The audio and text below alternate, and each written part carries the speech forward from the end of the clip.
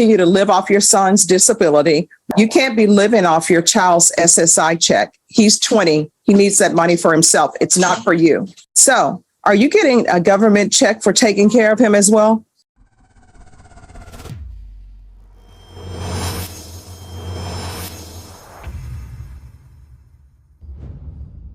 All right, Ms. Robles, do you know why you're here?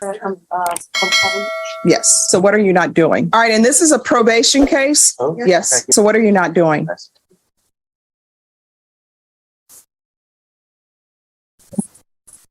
All right. So here's the issue we're having. The issue we're having is that you have a balance. You haven't paid your restitution. You're on probation for possession, 4 to 200 grams. So why are you not paying what you owe? Or is that separate? No, that's the $57 you owe to the SAPD for laboratory testing, and then you're behind on your fees. So the question is, why are you not paying? Well, I have a limited. I'm only receiving that back from my son, right?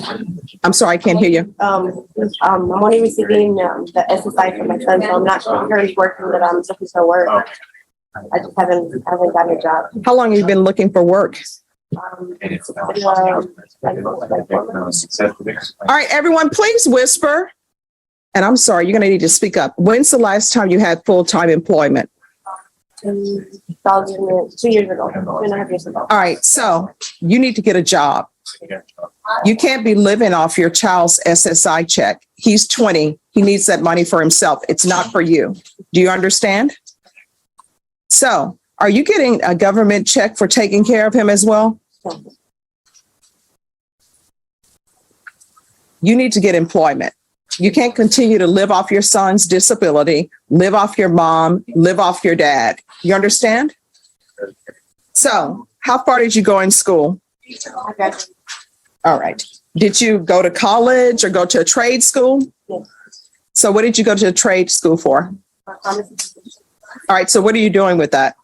No, I didn't keep up with renewing my credit, so I left it.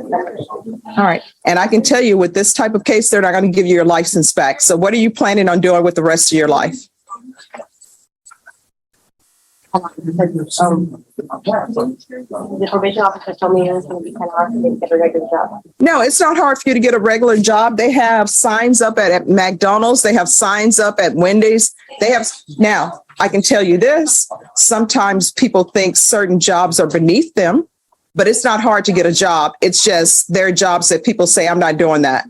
So you're going to have to knock your pride aside because right now you're a grown person and you're not supporting yourself. You're living off your 20-year-old son's disability check. You're living off your father. You're living off your mother. That's going to stop. You understand?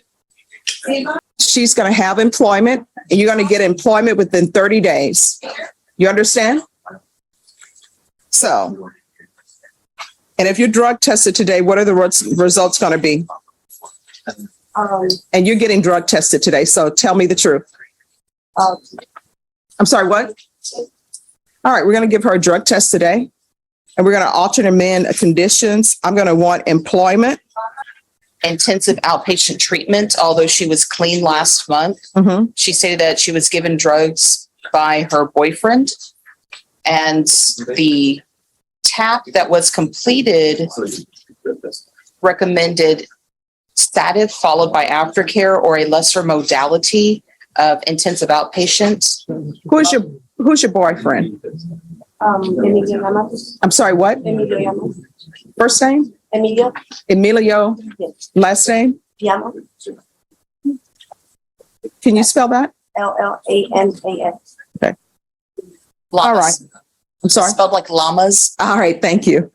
All right. There's to be no contact with Emilio Lamas. Yeah. And let me just tell you something. With regards to Emilio Lamas, if he's giving you drugs and he knows you're on probation and you could be looking at 20 years in prison, he's not your friend. He doesn't love you. You understand? Because if he loved you, he wouldn't be giving you drugs knowing that you're looking at going to prison for 20 years. So that relationship is over, and you can send it to him in a letter, and I'll allow you to put it in a letter or an email or a phone call today. But after today, you are no longer in a relationship with him. You understand? You know you better than I do. You know you better than probation do. This is the time for you to be honest with me so that we can get you the help that you need so you won't come back here. If you need help with a drug problem, I'm willing to give that to you because I want you to be successful. I don't want you to go to prison. But if you tell me you don't have a drug problem, then there's nothing for me to help you with. So you need to be honest with me, okay? I wasn't the judge who placed you on deferred adjudication. So let me ask you a few questions. What drugs have you been using and how often do you use them? No, Everyone, make sure your phones are off. or that I did, or Well, if you want to say did do, that's up to you. But when's the last time you used? And we're not on the record, so none of this is going to be held against you for a motion to revoke. But I'm trying to figure out who I'm communicating with. So if there's help that you need, we can get you the help that you need. You understand? So it's not a form of punishment. I normally don't look at inpatient treatment to begin with. That's something that I'll give if I see that it's needed over time. You understand? So, but I do need you to be honest with me and honest with probation about your drug use so we can get you the help that you need. So what do you want to say to me? All right. Is there anything else you need? All right. You can do this. Otherwise, I wouldn't have accepted your plea bargain agreement. So it's doable.